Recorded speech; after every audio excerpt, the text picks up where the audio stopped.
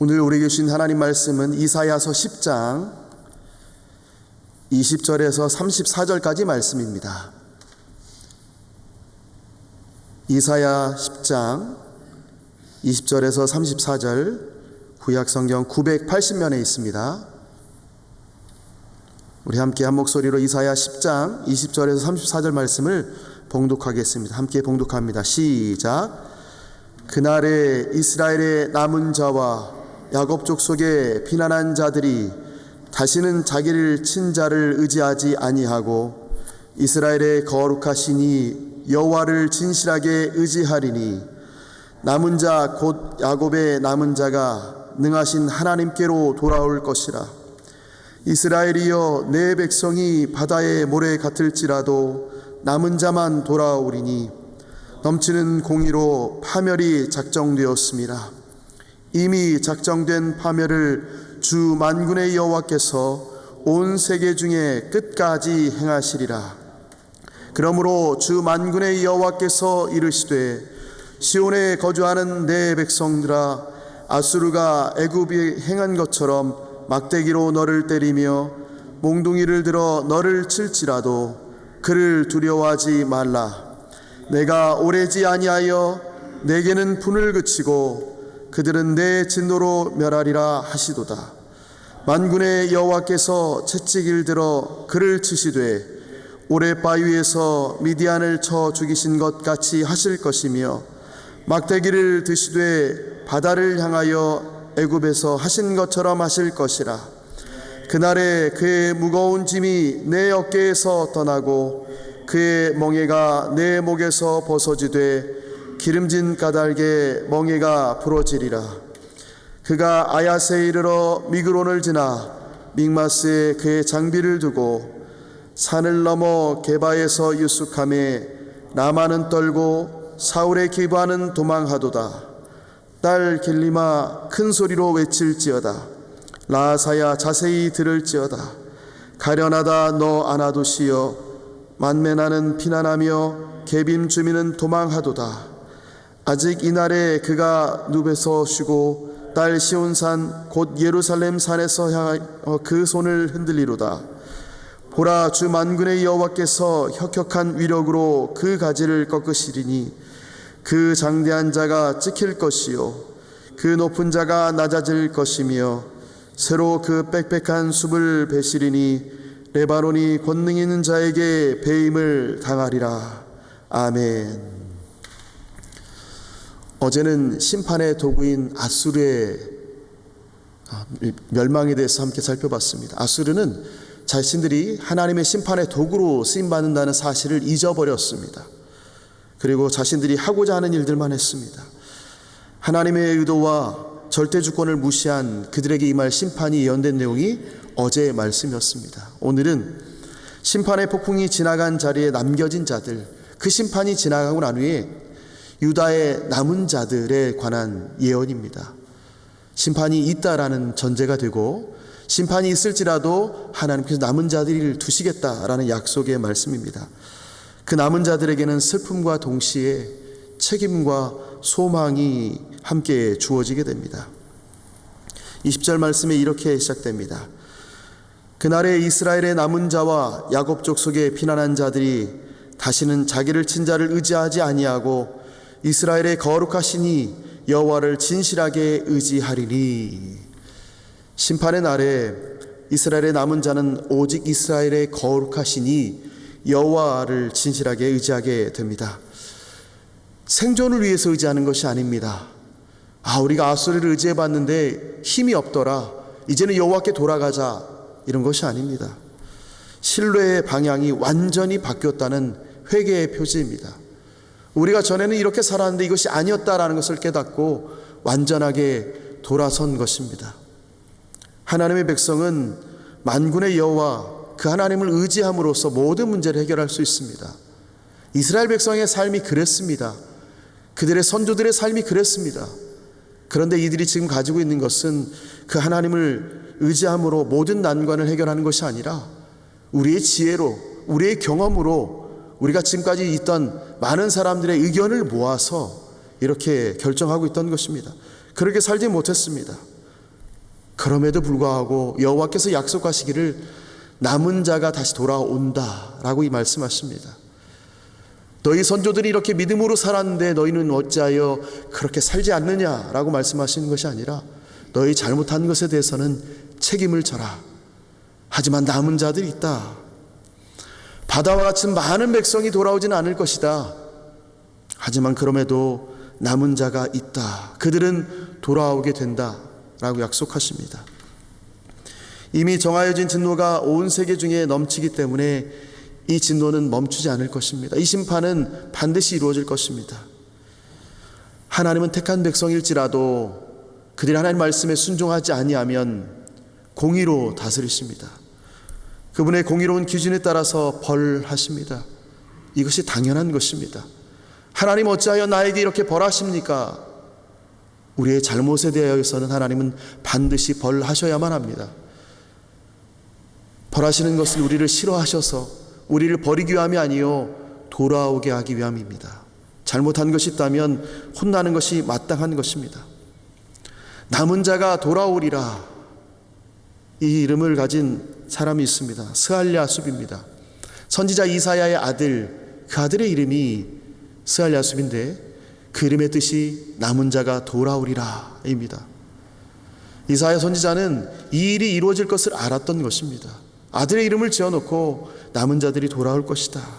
오늘 본문이 그 성취할 약속에 대한 예언입니다. 내 아들의 이름이 지금 이렇게 하나님 다시 말씀하시는 거야. 그 이름이 지금 증명되는 것입니다. 하나님의 심판은 철저하여서 공의를 이루지만 그 가운데도 남음이 있다는 이 사실, 그 자체가 순전한 은혜입니다. 우리가 그렇게 남은 자로 지금을 살아가고 있는 것입니다. 하나님의 은혜가 있기에 우리는 이 땅을 살아가는 것입니다. 그 은혜가 십자가를 지나서 우리에게도 임한 것입니다. 이 은혜가 우리에게만이 아니라 십자가를 통과하는 모든 사람에게 임하는 것입니다. 여호와께서 시온에 거주하는 백성에게 말씀하십니다. 24절입니다. 그러므로 주 만군의 여호와께서 이르시되 시온에 거주하는 내 백성들아, 아수르가 애굽에 행한 것처럼 막대기로 너를 때리며 몽둥이를 들어 너를 칠지라도 그를 두려워하지 말라. 아수르 제국이 세상을 점령하는 과정 중에서 하나님은 남은 자를 남겨두십니다. 다윗의 집을 영원히 견고하게 하실 것이라고 믿고 소망하는 그들에게 하나님께서 약속하십니다. 두려워하지 말라. 그들이 두려워하지 않아야 될 이유는 그들을 통해 받게 되는 징계는 하나님께서 세우신 목적을 이루기까지, 거기까지만이기 때문에 그렇습니다. 하나님의 징계는 돌아오는 그 자리까지입니다. 돌아오게 되면 하나님은 더 이상 징계하지 않으십니다. 이스라엘 백성들아, 두려워하지 말라. 너희가 돌아오면 그때 멈춘다는 것입니다. 아수르가 멸망하게 된다는 것입니다. 너희는 그 뒤에 남은 자처럼 돌아오게 된다는 것입니다. 그 징계로 인해서 유다의 남은 자들은 회개하고 하나님께 돌아오게 됩니다. 그리고 아수르는 어떻게 되는가? 애굽이 막대기로 쳤던 것처럼 잠시는 그리하게 되지만 그들은 오래가지 못할 것이다. 그들은 그 후에 소멸될 것이다 라고 말씀하십니다. 그래서 이사야 선지자를 통하여서 구약에 있었던 이야기들을 꺼내서 이야기합니다.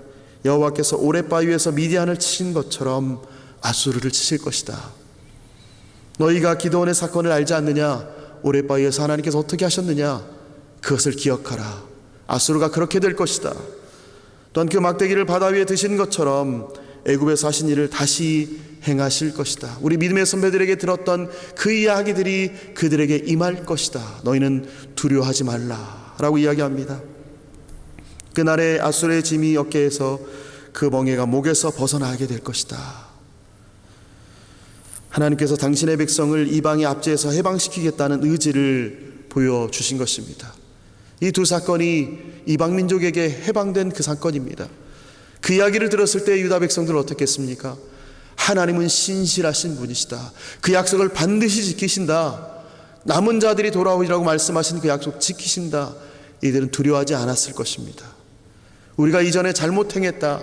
돌아가자. 여호와께로 다시 돌아가야 된다라고 이들이 움직였을 것입니다. 오늘 28절부터 32절까지 본문은 아수르 군대가 예루살렘을 향하여 진군하는 장면입니다. 아얏, 미그론, 믹마스, 게바, 라마, 기브아, 갈림, 라아사, 아나돗, 만메나, 게눔, 게빔, 노베 이르기까지 지명 하나하나를 다 기록했습니다. 마치 군사들이 가까이 점점 다가오는 것처럼 저 멀리서부터 나랑 상관없던 것 같던 그 군사들이 점차 나에게 다가오는 이 순간 위협이 실제하며 임박했음을 보여주는 것입니다. 아수르가 너희들에게 다가온다. 너희들을 멸망시킬 것이다. 그러나 남은 자들이 있다. 그러나 반전이 일어납니다. 주 만군의 여호와께서 큰 가지를 베어내듯이 혁혁한 위력으로 아수리를 찍어 내리시겠다. 그리고 그들의 교만으로 높아진 아수르를 낮추시겠다라고 약속하십니다. 이들이 다가온다. 두려워하지 마라. 왜냐하면 이 아수르를 내가 이렇게 할 것이기 때문이다. 아수르 왕은 여호와에 의해 철저히 낮아지게 될 것입니다. 이 이야기는 히스기야 시대에 남유다를 위협했던 아수르 왕 사네립이 하루아침에 군사를 모두 잃고 본국으로 귀환하는 장면에서 완성되게 됩니다. 하루아침에 군사를 다 잃었습니다. 그 제국이. 그러고 난 후에 돌아가서는 아들들에 의해서 암살당하게 됩니다. 그의 이름이 얼마나 치욕스럽게 되었는지를 확인시켜주면서 본문의 예언이 완전히 성취됨을 알려줍니다. 오늘 본문은 또한 내일 이어지는 11장의 시작과 문학적으로 대조됩니다. 교만한 나무는 어떻게 됩니까? 통째로 찍어 넘어지게 됩니다. 그러나 겸손한 그루터기는 오히려 새 생명이 돋아나게 됩니다. 심판과 소망이 한 호흡에 놓여 있습니다. 찍어서 심판으로, 또 누군가는 다시 한번 소망이 이루어집니다. 이 남은 자 사상이 훗날 바울 사도가 로마서에서 이렇게 기록합니다. 은혜로 택하심을 따라 남은 자가 있느니라. 이렇게 가르칠 때에 그 뿌리가 되는 것이 오늘 이 본문입니다.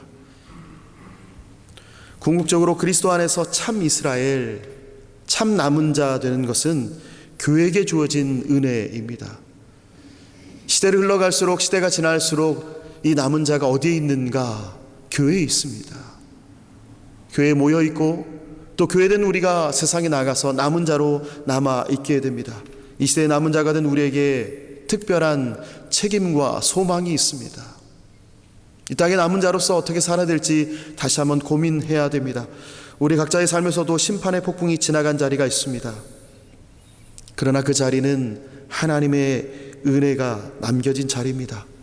때로는 실패 때문에, 질병 때문에, 관계의 무너짐을 때문에 우리 삶 자체가 흔들릴 때도 있었습니다. 그러나 지금 우리가 남은 자로 있는 것은 하나님의 붙드심에 대한 증거입니다. 나의 삶을 보니 하나님이 나를 붙드셨다. 나의 삶을 돌아보니 하나님 나를 남기셨다.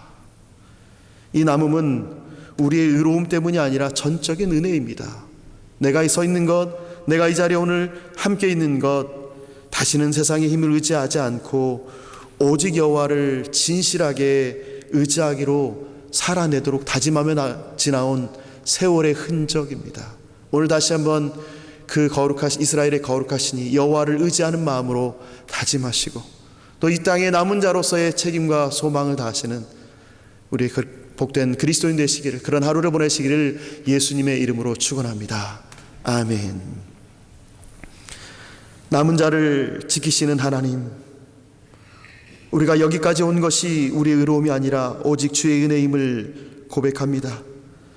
세상의 힘을 의지하던 마음을 돌이켜 오직 주님만을 진실하게 의지하게 하시고 두려운 날에도 주의 신실하심을 신뢰하며 살아가는 일상이 되도록 이끌어 주옵소서. 오늘도 그 주님을 바라보게 하시니 감사합니다. 함께하여 주셔서 남은 자의 책임과 소망을 가지고 살아가는 하루가 되도록 이끌어 주옵소서. 감사드리며 예수님의 이름으로 기도합니다. 아멘.